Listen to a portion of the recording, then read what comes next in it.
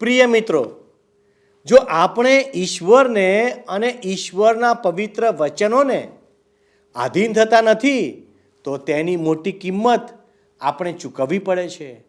પણ ઈશ્વરની આજ્ઞાઓનું પાલન કરવાથી જીવનમાં આશીર્વાદ અને શાંતિનો અનુભવ થાય છે. પસંદગી તમારી છે. તમે શું કરવા માંગો છો?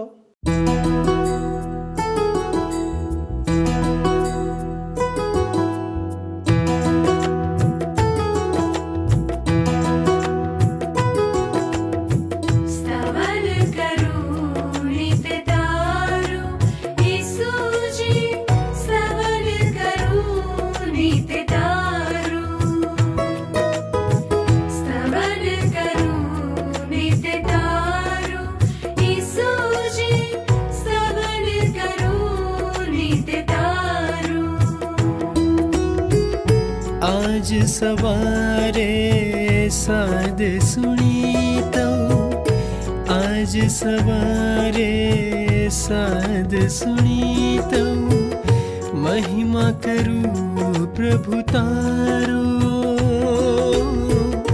महिमा करूं प्रभु तारो.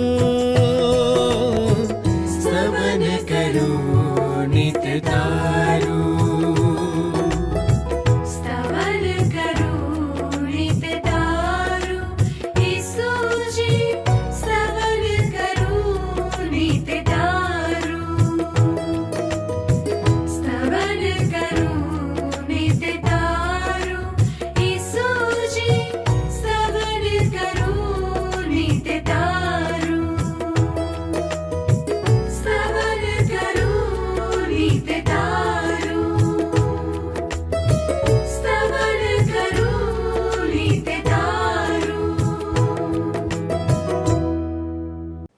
નમસ્કાર મિત્રો, સ્તવન કાર્યક્રમમાં હું આપ સૌનું સ્વાગત કરું છું. હું માનું છું કે આ અભ્યાસ શ્રેણી દ્વારા તમે ઈશ્વરના જ્ઞાનમાં વૃદ્ધિ પામી રહ્યા હશો અને તેની ઈચ્છાઓ કે યોજનાઓ સમજી રહ્યા હશો. જ્યારે આપણે ઈશ્વરની ઈચ્છાને સમજીએ છીએ અને તેનું પાલન કરીએ છીએ ત્યારે આપણે બધી સમસ્યાઓમાંથી બચી શકીએ છીએ. ઈશ્વરના નિયમો અને આજ્ઞાઓનું પાલન કરવાથી જીવન સરળ અને સુંદર બને છે, પરંતુ તેની વિરુદ્ધ જવું એ આપણા માટે મોટી મુશ્કેલીઓ કે સંકટો લાવે છે. આ બધી બાબતો દ્વારા આપણે ઈશ્વરના આશીર્વાદને સમજી શકીએ છીએ. આજે આપણે લેવીયના પુસ્તકના 26મા અધ્યાયનો અભ્યાસ કરવાના છીએ. મિત્રો, આપણે જોઈશું કે ઈશ્વર તેમના લોકોને તેમના અખૂટ આશીર્વાદોનું વચન કેવી રીતે આપે છે અને તે જાણવું આપણા માટે ખૂબ જ મહત્વપૂર્ણ છે. મિત્રો, ઇઝરાયલને એ પણ ચેતવણી આપવામાં આવી હતી કે જો તેઓ ઈશ્વરની વિરુદ્ધ ચાલશે તો તેમને 5 તબક્કામાં સજા કરવામાં આવશે. આ સઘળું જાણતા હોવા છતાં ઇઝરાયેલ 5મા તબક્કા સુધીની પાપની શિક્ષા ભોગવે છે. જે ઇઝરાયેલી પ્રજાને તેમણે છોડાવી હતી, તેમણે વ્યક્તિગત સંબંધો વિકસાવ્યા હતા, તેઓને શિક્ષા કરવા બદલ ઈશ્વરને દુઃખ થાય છે, જેનું વર્ણન આ અધ્યાયમાં કરવામાં આવ્યું છે. પ્રિય મિત્રો, ઈશ્વરના પ્રેમનો નકાર કરનાર અને ઈશ્વરને અનુસરવાની ઈચ્છા નહીં દર્શાવનાર લોકો પર દુઃખ અને ન્યાય શાસન અને તેમને શિક્ષા કરવા સિવાય અન્ય કોઈ વિકલ્પ બચતો નથી. આ બાબત ખાસ ધ્યાન રાખજો. ઈશ્વર તો ઈચ્છતા હતા કે તેમના પસંદ કરેલા લોકો પર કોઈ કડક શિક્ષા કે ન્યાય શાસન લાવવામાં ન આવે. તો મિત્રો, ચાલો આજના અભ્યાસમાંથી આપણે આપણા માટે સાવધાનીપૂર્વક ચાલવા માટેના મુદ્દાઓનું મૂલ્યાંકન કરીએ, જેથી આપણે ઈશ્વરની શિક્ષાના ભાગીદાર ન બનીએ. પ્રિય મિત્ર, આજે ત્રીજી કલમથી 46મી કલમ જે છેલ્લી કલમ છે ત્યાં સુધી જઈશું. લેવીયનું પુસ્તક 26મો અધ્યાય 3 થી 6 કલમો જોશો મારી સાથે સાથે. અહીં લખવામાં આવ્યું છે, જો તમે મારા વિધિઓમાં ચાલશો ને મારી આજ્ઞાઓ પાળીને તે પ્રમાણે વર્તશો તો હું તમને ઋતુએ વરસાદ આપીશ ને ભૂમિ પોતાની ઉપજ આપશે ને ખેતરમાંના વૃક્ષો પોતાના ફળ આપશે અને તમારા પર દ્રાક્ષોની તોડણી સુધી પહોંચશે ને ધરાતા સુધી તમે તમારી રોટલી ખાશો ને તમારા દેશમાં સહી સલામત વસશો અને હું દેશમાં શાંતિ સ્થાપીશ ને તમે સૂઈ જશો ને કોઈ તમને બીવડાવશે નહીં અને હું દેશમાંથી દુષ્ટ શ્વાપદોને નષ્ટ કરીશ ને તરવાર તમારા દેશમાં ચાલશે નહીં. ઈશ્વર આ પ્રમાણે ઇઝરાયેલી પ્રજાને કહે છે. પણ તમે જુઓ મિત્ર, આ કલમોની શરૂઆત જો શબ્દથી થાય છે. જો ઇઝરાયેલી લોકો ઈશ્વરની સૂચનાઓ પ્રમાણે ચાલે તો ઈશ્વર તેમને આ આશીષો આપવાનું વચન આપે છે.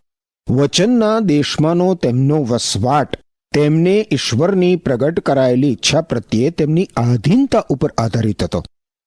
ઈશ્વર ઇઝરાયેલી પ્રજાની સ્વતંત્ર ઈચ્છા શક્તિને પસંદગી કરવાની છૂટ આપે છે. જો તમે ઈશ્વરને આધીન થશો તો ઈશ્વર તમને આશીષ આપશે. એવું લાગે છે મિત્ર કે વચનના એ દેશમાં ઇઝરાયેલી પ્રજાની ઈશ્વરને આધીનતાના પ્રતિઘોષ તરીકે ઈશ્વરના તેમની પરના આશીષનું મૂળ ચિહ્ન એ વરસાદ હતું. આ વચન પુનર્નિયમ અને હસ્કીએલના પુસ્તકોમાં ફરીથી આપવામાં આવ્યું છે.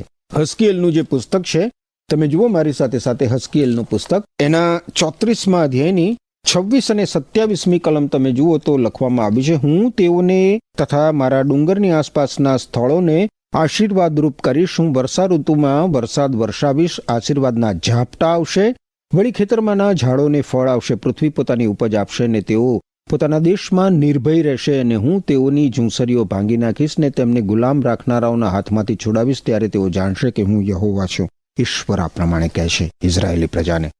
એટલે તમે જુઓ મિત્ર, બાઇબલમાંના જૂના કરારના વિભાગમાં આવેલ ઈશ્વરના સંદેશવાહકોએ, પ્રબોધકોએ ઇઝરાયેલમાં ઈશ્વરના આ વચનોની પરિપૂર્ણતા વિશે ભવિષ્યવાણીઓ કરી છે. પણ એ સમય હજુ આવવાનો બાકી છે. આમોસ સંદેશવાહકનું પુસ્તક જોશો મારી સાથે સાથે. આમોસ સંદેશવાહકનું જે પુસ્તક છે એના 9મા અધ્યાયની 13મી કલમ તમે જુઓ તો ત્યાં લખવામાં આવ્યું છે કે જુઓ, યહોવા કહે છે, એવા દિવસો આવે છે કે ખેડનારાનું કામ કાપણી કરનારાના કામ સુધી ચાલશે ને દ્રાક્ષા પીલનારાનું કામ બી વાવનારના કામ સુધી ચાલશે અને પર્વતોમાંથી મીઠો દ્રાક્ષારસ ટપકશે અને સર્વ ડુંગરો પીગળી જશે. ઈશ્વરે ઇઝરાયેલી પ્રજાને વચનના દેશમાં એમના વસવાસ માટે, વરસાદ માટે, ફળદ્રુપતા માટે અને શાંતિ માટે વચન આપ્યું છે. પરંતુ આપણે જોયું એ પ્રમાણે મિત્ર, એનો આધાર તો ઈશ્વરે મૂકેલી શરતો ઉપર છે. હવે 7મી અને 8મી કલમ જુઓ, લેવીયનું પુસ્તક 26મો અધ્યાય. અહીં લખવામાં આવ્યું છે, અને તમે તમારા શત્રુઓને નસાડશો અને તેઓ તમારી આગળ તરવારથી પડશે અને તમારામાંના 5 તે 100ને નસાડશે અને તમારામાંના 100 તે 10,000ને નસાડશે અને તમારા શત્રુઓ તમારી આગળ તરવારથી પડશે. ઇઝરાયેલી લોકોનો એમના દુશ્મનો ઉપરનો વિજય એ તો ઈશ્વરનો આશીષ હતો. ઘણીવાર મિત્ર આ અક્ષરસહ પરિપૂર્ણ થયું હતું. ઇઝરાયેલી પ્રજા જ્યારે ઈશ્વર ગમ પાછી વળતી ત્યારે ઈશ્વર કોઈક શમુએલ, કોઈક દાવીદ, કોઈક દબોરા, કોઈ ગિદિયોન કે કોઈ એલિયાને ઊભો કરતા હતા. હવે આ બધી વ્યક્તિઓને ઈશ્વરે પોતાનું વચન પરિપૂર્ણ કરવા માટે ઊભી કરી હતી. ઈશ્વરના આશીષના એક ભાગરૂપે ઇઝરાયેલી પ્રજાને તેના શત્રુઓ ઉપર વિજય મળતો હતો. યહોશવાનું પુસ્તક તમે જુઓ, યહોશવાનું પુસ્તક એના 23મા અધ્યાયની 10મી કલમ તમે જુઓ, ત્યાં લખ્યું છે કે તમારામાંનો એક માણસ 1000ને નસાડતો, કેમ કે તમારા દેવ યહોવાએ તમને જેમ કહ્યું તેમ તે પોતે તમારે સારું યુદ્ધ કરે છે અને હું તમારા પર કૃપા દ્રષ્ટિ રાખીશ ને તમને સફળ કરીશ ને તમને વધારીશ અને તમારી સાથે મારો કરાર સ્થાપિત કરીશ અને તમે જૂનું તથા ઘણી વખતથી સંગ્રહ કરી રાખેલું અન્ન ખાશો અને નવું અન્ન પાકવાના કારણથી તમે જૂનું બહાર કાઢી નાખશો. ઈશ્વરના આશીષના એક ભાગરૂપે ઇઝરાયેલી પ્રજામાં મોટી વંશવૃદ્ધિ થશે. વંશવૃદ્ધિને કારણે, વસ્તી વધારાને કારણે ખોરાકની કંઈ તંગી નહીં પડે, કારણ કે અનાજ અને ખાદ્ય પદાર્થો એટલા વિપુલ પ્રમાણમાં થશે કે ઇઝરાયેલી પ્રજાએ નવી ફસલ માટે તેમના જૂના અનાજ અને ખાદ્ય પદાર્થો બહાર કાઢી નાખવા પડશે. પુનર્નિયમના પુસ્તકના 28મા અધ્યાયની 8મી કલમ જુઓ, ત્યાં શું લખ્યું છે? યહોવા તારી વખારોમાં ને જેમાં તું તારો હાથ ગાલે છે તે સર્વમાં તને આશીર્વાદ દેશે અને જે દેશ યહોવા તારો દેવ તને આપે છે તેમાં તે તને આશીર્વાદ દેશે. હવે આપણે 11મી કલમ જોઈએ, લેવીયનું પુસ્તક 26મો અધ્યાય. શું કહે છે અહીંયા 11મી કલમમાં? અને હું તમારી મધ્યે મારો મંડપ ઉભો કરાવીશ અને મારો જીવ તમારાથી કંટાળી જશે નહીં. કેટલું અદ્ભુત વચન, કેટલું અદ્ભુત વચન. સ્વયં ઈશ્વર કહે છે કે મારો જીવ તમારાથી કંટાળી જશે નહીં. પણ હા મિત્ર, એવું નથી કે ઈશ્વર પાપને ધિક્કારતા નથી. ઈશ્વર અલબત્ત પાપને ધિક્કારે છે. ઈશ્વર મારા કે તમારા જીવનમાં પાપ ચલાવી લેશે નહીં મિત્ર. ઇઝરાયેલી પ્રજા મધ્યે ઈશ્વરનો મુલાકાત મંડપ એ તો ઈશ્વરના આશીષનું ચિહ્ન હતો. ભાવિ માટે આ એક મહાન આશા છે, જ્યારે સાર્વકાલિક પૃથ્વી માટે આ આશા પરિપૂર્ણ થશે. સંદર્શનના પુસ્તકના 21મા અધ્યાયની 3જી કલમ તમે જુઓ તો લખ્યું છે કે મેં રાજ્યસન પરથી એક મોટો અવાજ સાંભળ્યો. હવે ઈશ્વરનું નિવાસ સ્થાન માણસોની સાથે છે. તે તેઓની સાથે રહેશે અને તેઓ તેના લોક થશે. ઈશ્વર પોતે જ તેમની સાથે રહેશે અને તે તેઓના ઈશ્વર બનશે. હા મિત્ર, આ ઈશ્વરનું વચન છે. હવે 12મી કલમ જુઓ. અને હું તમારી મધ્યે ચાલીશ ને તમારો દેવ થઈશ ને તમે મારા લોક થશો. ઈશ્વર આ પ્રમાણે ઇઝરાયેલી પ્રજાને વચન આપે છે. અને આનો અર્થ શું થાય છે? આનો અર્થ એ થાય છે મિત્ર કે ઈશ્વર તેમને આધીન થનાર સાથે રહેવાનું અને સંગત કરવાનું વચન આપે છે. ઈશ્વર આપણને પણ મિત્ર આજે એ જ બાબત કહે છે. યોહાને લખેલા પહેલા પત્રના 1 અધ્યાયની 7મી કલમ તમે જોશો, ત્યાં લખ્યું છે કે જેમ ઈસુ ખ્રિસ્ત પ્રકાશમાં છે તેમ આપણે પ્રકાશમાં જીવીએ તો આપણે એકબીજા સાથે સંબંધમાં છીએ અને ઈશ્વરના પુત્ર પ્રભુ ઈસુ ખ્રિસ્તનું પવિત્ર લોહી આપણને આપણા સર્વ પાપથી શુદ્ધ કરે છે. હવે તમે 13મી કલમ જુઓ. લખ્યું છે અહીંયા કે હું યહોવા તમારો દેવ છું કે જે તમને મિસ્ર દેશમાંથી કાઢી લાવ્યો એ માટે કે તમે તેઓના ગુલામ ન થાવ, અને મેં તમારી ઝૂંસરીમાં બંધન તોડીને તમને ટટાર ચાલતા કર્યા છે. ઈશ્વરે ઇઝરાયેલી લોકોને ભૂતકાળમાં મિસ્ર દેશમાંથી છોડાવ્યા એ તો નક્કર ઇતિહાસ છે, અને એ નક્કર ઇતિહાસ ઉપર ભવિષ્યમાં આશીષ માટેના વચનનો આધાર છે મિત્ર. ઈશ્વર એમને કહે છે કે મેં તમારા માટે ભૂતકાળમાં આ કામ કર્યું છે. શું તમે નથી જાણતા કે ભવિષ્યમાં પણ હું તમારા માટે એ કરીશ?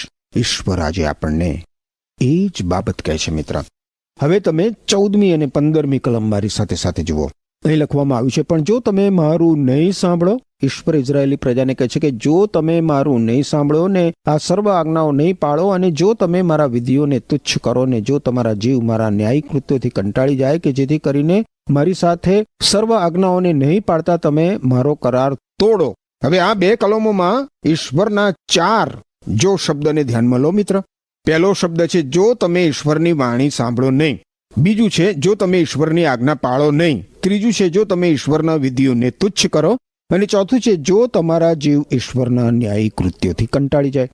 આનો અર્થ શું થયો? આનો અર્થ એ થયો કે ઈશ્વરની આજ્ઞાઓ તોડવાથી ઇઝરાયેલી લોકો પર અને તેમના વતન ઉપર ઈશ્વરનો ન્યાય ચુકાદો આવી પડે. 16 અને 17 કલમોમાં લખ્યું છે આગળ, તો હું પણ, ઈશ્વર કહે છે ઇઝરાયેલી પ્રજાને કે તો હું પણ તમને આ પ્રમાણે કરીશ. હું તમારે સારું ભયજનક ઠરાવ કરીશ, એટલે ક્ષય તથા તાવ, કે જેથી તમારી આંખો ક્ષીણ થશે ને તમારા હૃદયો ઝૂર્યા કરશે, અને તમે તમારા બી વૃથા વાવશો, કેમ કે તમારા શત્રુઓ તેની ઉપજ ખાઈ જશે. અને હું તમારી વિરુદ્ધ મારું મુખ રાખીશ ને તમે તમારા શત્રુઓની આગળ માર્યા જશો. જેઓ તમારો દ્વેષ કરે છે તેઓ તમારા ઉપર રાજ કરશે, અને તમારી પછવાડે કોઈ લાગેલો નહીં હોવા છતાં પણ તમે નાચશો, છતાં પણ તમે દોડશો, ભાગશો, નાચશો. આ ઈશ્વરનો પ્રથમ કક્ષાનો ન્યાય ચુકાદો છે મિત્ર. ભય, ખોફ, ક્ષય, તાવ, હૃદયમાં દુઃખ અને પાક નિષ્ફળ થવો. આ ઇઝરાયેલી પ્રજાના શત્રુઓ તેમનો નાશ કરે, તેમને ગુલામ બનાવે અને મહાભયાનક ખોફ ફેલાવે. ઇઝરાયેલી પ્રજાના દુઃખદ ઇતિહાસમાં એવું ઘણીવાર બન્યું હતું મિત્ર. ન્યાયાધીશોના પુસ્તકમાં તમે જોશો તો ત્યાં પણ તમને એ જોવા મળશે. મીકા સંદેશવાહકના પુસ્તકના 6 અધ્યાયની 15મી કલમમાં લખ્યું છે કે તું વાવશે પણ કાપણી કરવા પામશે નહીં, તું જેત ફળો પીલશે પણ તારે અંગે તેલ ચોપડવા પામશે નહીં, તું દ્રાક્ષાને પીલશે પણ તેઓ દ્રાક્ષરસ પીવા પામશે નહીં. આ પ્રમાણે ઈશ્વર કહે છે. હવે 18 થી 20 કલમો જોઈએ આપણે આગળ. અને એ બધું થયા છતાં જો તમે મારું નહીં સાંભળો. ઈશ્વર ઇઝરાયેલી પ્રજા સાથે વાત કરતા આ પ્રમાણે કહે છે, અને એ બધું થયા છતાં જો તમે મારું નહીં સાંભળો તો હું તમને તમારા પાપને લીધે 7 ગણી વધારે શિક્ષા કરીશ, અને હું તમારા સામર્થ્યનો ગર્વ તોડીશ, અને હું તમારા આકાશને લોઢા જેવું ને તમારી જમીનને પિત્તળના જેવી કરીશ, અને તમારી શક્તિ વ્યર્થ વપરાશે, કેમ કે તમારી જમીન પોતાની ઉપજ આપશે નહીં, તેમજ દેશના વૃક્ષો પોતાના ફળ આપશે નહીં. આ ઈશ્વરનો દ્વિતીય સ્તરનો ન્યાય ચુકાદો છે મિત્ર. જો ઇઝરાયેલી પ્રજા જડ ભરત જેવી રહેશે, ઈશ્વર પ્રત્યેની તેમની અનઆજ્ઞાધીનતામાં જારી રહેશે, તો ઈશ્વર 7 વખત તેમનો ન્યાય કરશે, જે સંપૂર્ણ અને પૂરેપૂરો ન્યાય સૂચવે છે. એમનું ગર્વ નષ્ટ થઈ જશે, વરસાદ પડશે નહીં અને સતત દુકાળ ચાલુ રહેશે.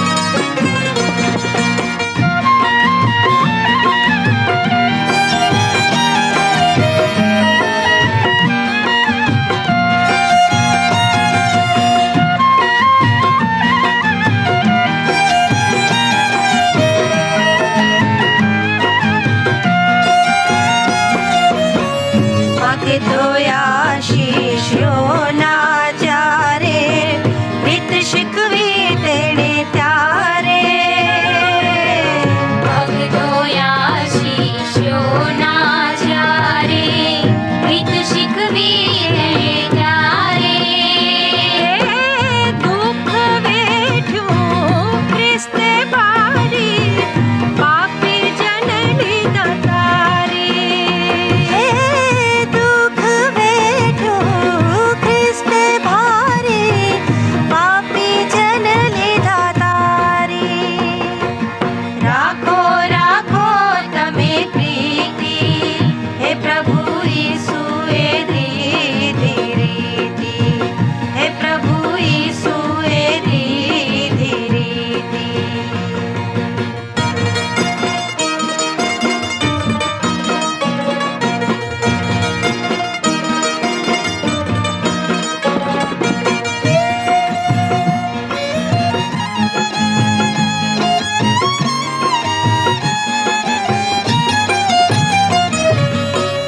વાસ કીધો એણે જગ સાથે પાપ લીધા સૌના માથે વાસ કીધો એણે જગ સાથે પાપ લીધા સૌના માથે પ્રીતિ કીધી શિરને સાથે પ્રાણ દીધો પાપી માટે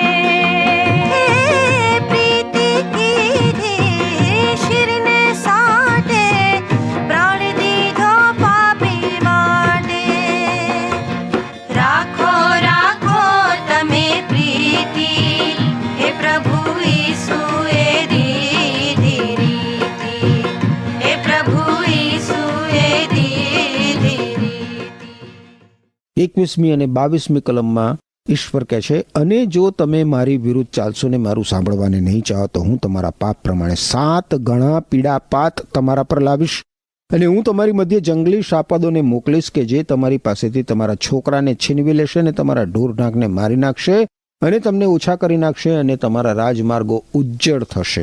ઈશ્વરનો આ તૃતીય સ્તરનો ન્યાય ચુકાદો છે મિત્ર. પીડાપાત અને જંગલી સ્વાપાદો તેમની વસ્તી ઘટાડી નાખશે. ઇઝરાયેલી પ્રજા ઉપર આ બધું આવી પડ્યું હતું મિત્ર.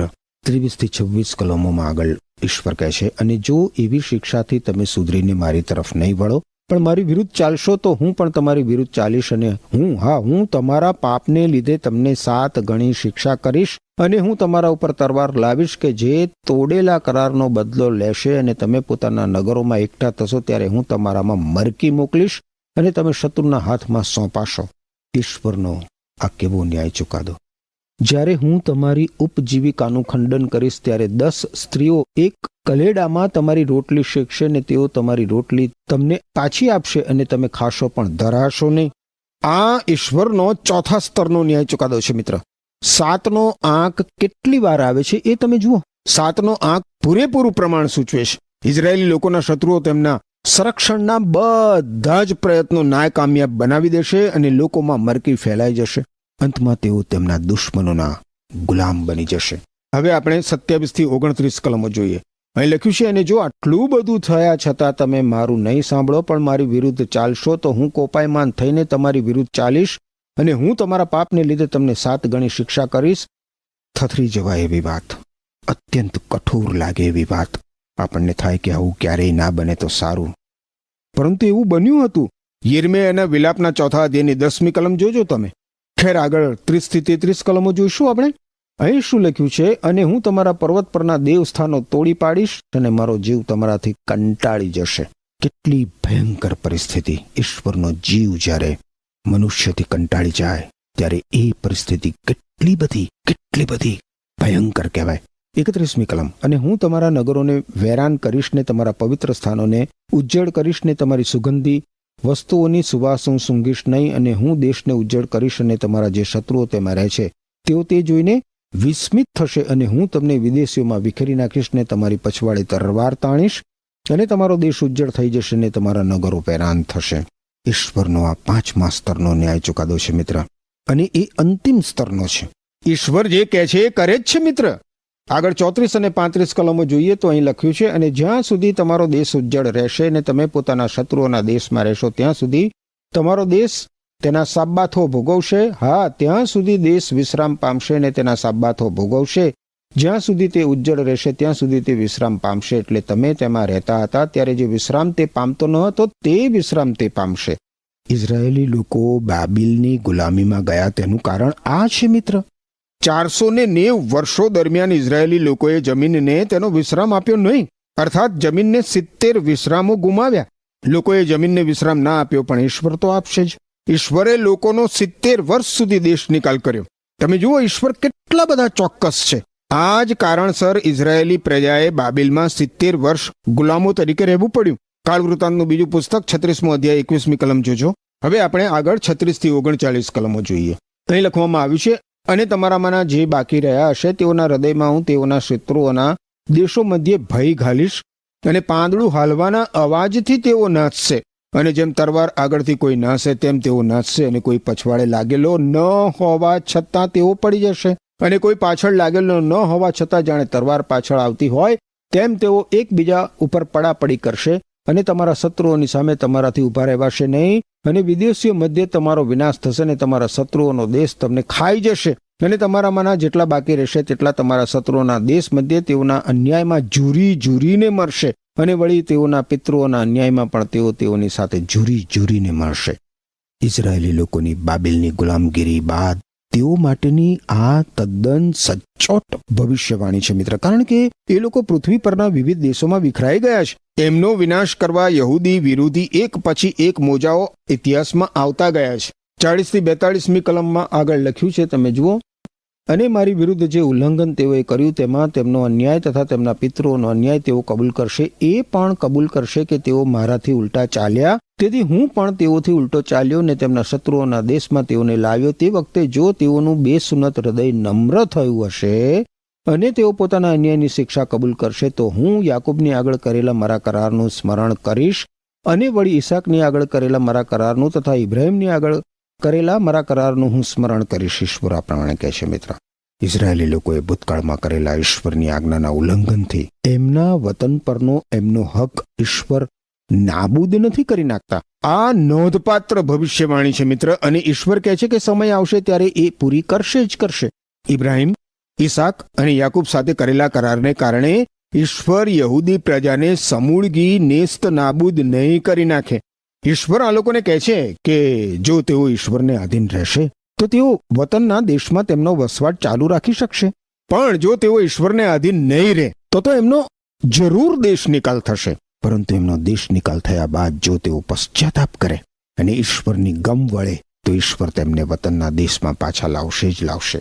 43 અને 44 કલમોમાં લખ્યું છે, અને તેઓને દેશ છોડવો પડશે, ને જ્યાં સુધી તેઓ વિના દેશ ઉજ્જડ પડ્યો રહેશે ત્યાં સુધી તે પોતાના સાબ્બાથો ભોગવશે, અને તેઓ પોતાના અન્યાયની શિક્ષા માન્ય કરશે. તે આ કારણથી કે તેઓએ મારા હુકમો તુચ્છ કર્યા, ને તેઓના જીવ મારા વિધિઓથી કંટાળી ગયા.